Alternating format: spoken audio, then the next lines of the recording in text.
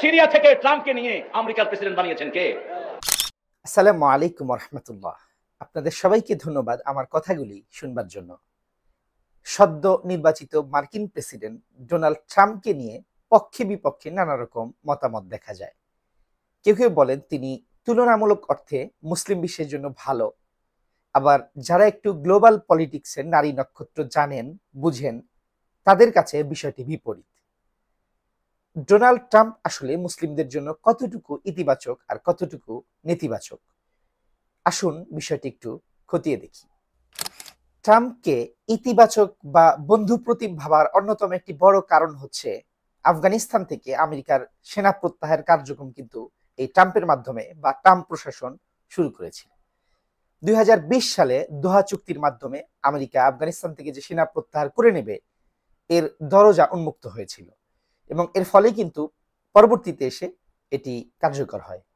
যদিও এটি কার্যকর হয়েছিল জো বাইডেনের সময় এসে, তবে এর দরজা কিন্তু খুলে দিয়ে গিয়েছিলেন ডোনাল্ড ট্রাম্প। তো যেহেতু আফগানিস্তান থেকে এই আমেরিকার দীর্ঘমেয়াদী যে একটি যুদ্ধ, এই যুদ্ধের সমাপ্তি ঘটেছিল, এই জন্য অনেকেই ডোনাল্ড ট্রাম্পকে মনে করেন যে মুসলিম বিশ্বের জন্য উপকারী, কিংবা এই যুদ্ধের কনসেপ্টে ডোনাল্ড ট্রাম্পকে আরো অনেকেই ইতিবাচক এই অর্থে মনে করে থাকেন যে ট্রাম্পের সময় এসে আমেরিকা নতুনভাবে কোনো যুদ্ধে, বিশেষভাবে কোনো মুসলিম বিশ্বের যুদ্ধে সেই অর্থে নাক গলায়নি বা যুদ্ধ বাধায়নি।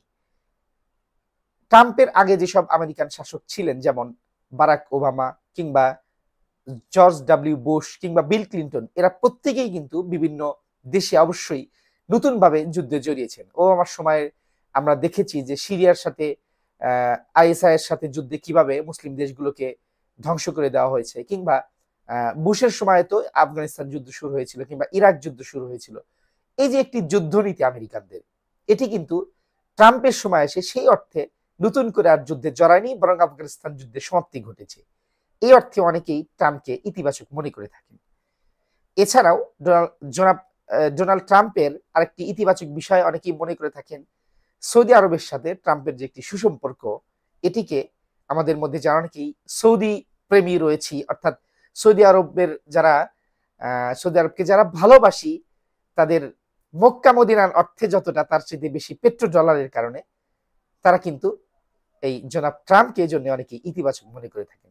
সৌদির সাথে আমেরিকার যে বিলিয়ন ডলারের বিভিন্ন অস্ত্র চুক্তি, এছাড়াও অন্যান্য যে স্থানীয় পলিটিক্সে সৌদি আরবকে সহযোগিতা, ইরানের বিরুদ্ধে সৌদি আরবকে বিভিন্ন কূটনৈতিকভাবে শক্তিশালী করা, ইরান যেহেতু শিয়া, এই অর্থে ইরানকে অনেকেই অপছন্দ করেন মুসলিম হলেও, এবং সেই ক্ষেত্রে সৌদি আরবকে সহযোগিতা করেন যুক্তরাষ্ট্র বা আমেরিকা, এবং এই সহযোগিতাটির দ্বার বেশি শক্তিশালী হয়েছে ট্রাম্পের সময় এসে।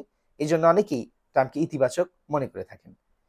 এছাড়াও মুসলিম নেতাদের সাথে যুক্তরাষ্ট্রে জনাব ট্রাম্প যেভাবে কথাবার্তা বলেন, কিংবা মুসলিমদের সপক্ষে সাংবাদিক সম্মেলনে তিনি বিভিন্ন মন্তব্য করে থাকেন ইতিবাচক অর্থে, এই কারণগুলোতেও অনেকেই মনে করেন যে আসলে জনাব ট্রাম্প হচ্ছে মুসলিমদের জন্য ইতিবাচক। তবে রয়েছে এর ভিন্ন চিত্রও। ডোনাল্ড ট্রাম্পকে অনেকেই আবার মনে করেন যে আসলে পূর্ববর্তী যেসব আমেরিকান শাসকগত হয়েছে তাদের বাইরে তিনি কেউ নন, অর্থাৎ তারা যেরকম মুসলিম বিশ্বের ভালো চাননি, মুসলিম বিশ্বের জন্য ইতিবাচক থাকেননি, ডোনাল্ড ট্রাম্পের অবস্থাও একই। এর সপক্ষে তাদের যুক্তি হলো, ডোনাল্ড ট্রাম্প যখন 2017 সালে ক্ষমতায় আসেন, তখন ট্রাম্প 7টি মুসলিম প্রধান দেশের নাগরিকদের বিরুদ্ধে যুক্তরাষ্ট্রে প্রবেশে যে নিষেধাজ্ঞা জারি করেছিলেন, এটি তো একটি প্রকাশ্যভাবে মুসলিম ব্যান জাতীয় একটি কানুন ছিল।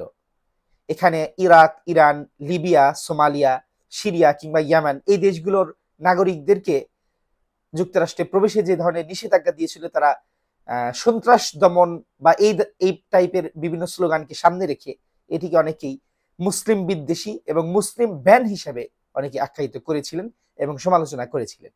এই কারণে অনেকেই জনাব ট্রাম্পকে সমালোচনা করে থাকেন এবং মুসলিমদের বিরুদ্ধে তিনি কঠোর এরকম ভাবেই দেখে থাকেন। একই ধরনের আরেকটি বিষয় অভিবাসন নীতি।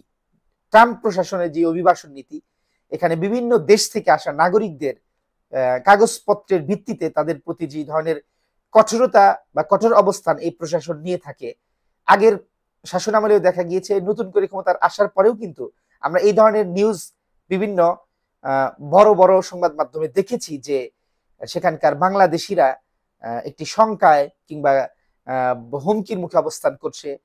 আমার মনে হয় এই অভিবাসন নীতিটা অনেকটা ভারতে যেরকম কয়েক বছর আগে নরেন্দ্র মোদী এবং এই অমিত শাহ মিলে যেই ভারতের নাগরিকত্ব আইনের নামে যে মুসলিম প্রধান নাগরিকদেরকে বিশেষভাবে একটি কোণঠাসা করার চেষ্টা করা হয়েছিল, এই ডোনাল্ড ট্রাম্পের এই অভিবাসন নীতিটি অনেকটা কাছাকাছি।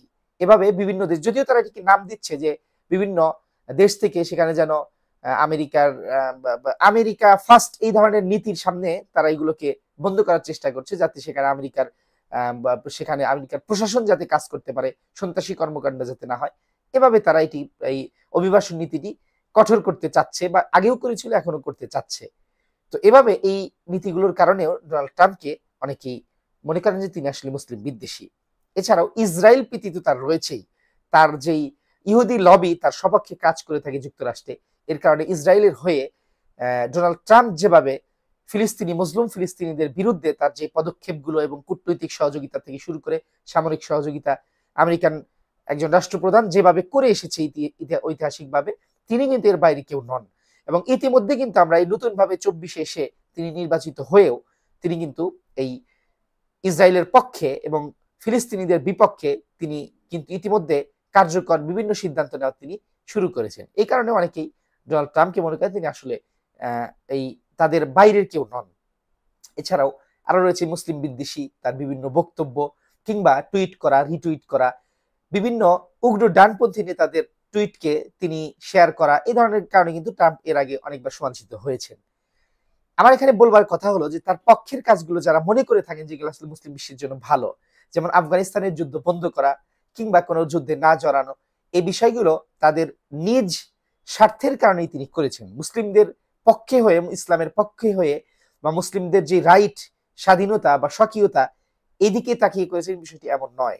বরং আপনার সৌদি আরবের সাথে সম্পর্ক রাখলে আমেরিকার জন্য ভালো, এই জন্যই তারা সৌদি আরবের সাথে সম্পর্ক উন্নয়ন করেছে। আফগানিস্তান যুদ্ধ বন্ধ হলে মার্কিনী যুক্তরাষ্ট্রের অর্থনীতির জন্য ভালো, এই জন্যই যুদ্ধ বন্ধ করেছে। নতুন কোন যুদ্ধে জড়ানোটা মার্কিন যুক্তরাষ্ট্রের অর্থনীতির জন্য হুমকি, এজন্যই তিনি জড়াননি। এখানে মুসলিমদের পক্ষে হয়ে কিংবা মুসলমানদের কথা মাথায় রেখে তিনি এগুলো করেননি, এটি নির্বোধ ছাড়া কেউ বিশ্বাস করেন না। তো পরিশেষে আমি এটি বলতে চাই যে ডোনাল্ড ট্রাম্প আসলে গতানুগতিক যেই মার্কিন যুক্তরাষ্ট্রের যারা নেতা হন, প্রেসিডেন্ট হন, তাদের বাইরের কেউ নন, তা আমরা এই আলোচনা থেকে আশা করি বুঝতে পারলাম।